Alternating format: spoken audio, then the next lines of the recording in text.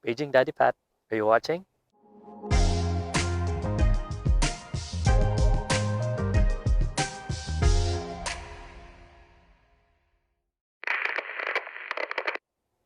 Hello and welcome to How to Helen, where you learn something different every day.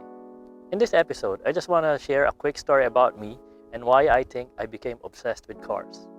And I will be speaking mostly in Tagalog just so I can express what I feel. So anyway, here it goes. Nung bata pa ako, yung tito ko, who I call Daddy Pat, always takes me with him pag bumabiyahe siya ng Lawag. Lawag is north of Manila in the Philippines. Almost 13 hours ang biyahe from Manila to Lawag. So pag sinasama ako, usually kasama si Kuya Patrick, yung isang pinsan ko. So it's usually me, Daddy Pat, and Kuya Patrick.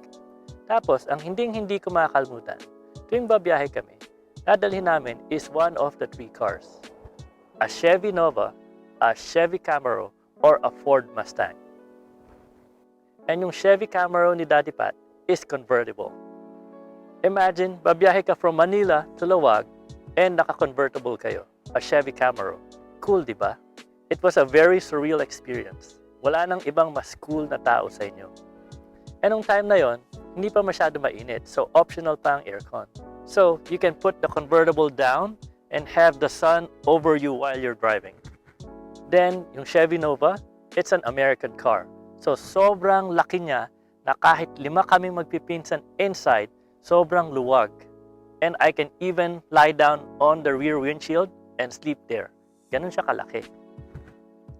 And finally, yung Ford Mustang ni Daddy Pat, an American muscle car. Very iconic, di ba? Dati kung gusto mo makita ng Ford Mustang, either titingnan mo lang sa magazine or sa calendar. Pero si Daddy Pat, may Ford Mustang in all its glory and beauty. Sinong may Ford Mustang nung time na yon sa Pilipinas? Only him. Riding in that Ford Mustang will always be etched in my mind and in my heart. So now, nung malaki na ako, I was waiting for Daddy Pat to restore that Ford Mustang para mahiram ko naman. So Daddy Pat, let's restore your Ford Mustang or your Chevy Camaro. Baka mabulok lang yun, sayang. I think to this day, nakatago sa baul or sa garage na yung isang car na yon.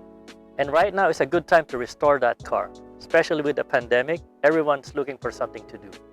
So Daddy Pat, schedule na natin kasi your Chevy Camaro and Ford Mustang opened up my eyes with unique and exotic cars. And I've been dying to one day be able to ride them again.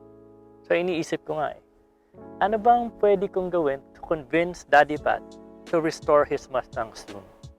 Maybe if I buy a kapatid or a bunso Mustang? So Daddy Pat, here's my way of convincing you. Here's the bunso.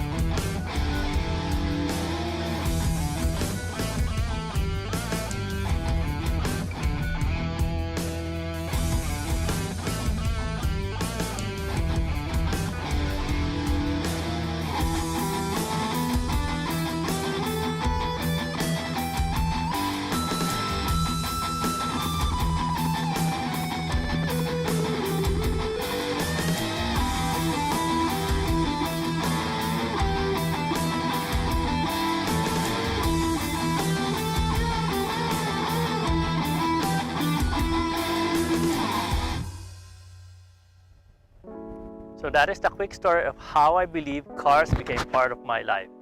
So Daddy Pat, thank you for influencing me. Sana nag-enjoy kayo sa short story ko. And salamat sa pagsuporta ng How to Helen. At susubukan namin magdala pa ng ibang bagay na marami kayo matututulang kakaiba. Salamat sa pagsubaybay. Salamat!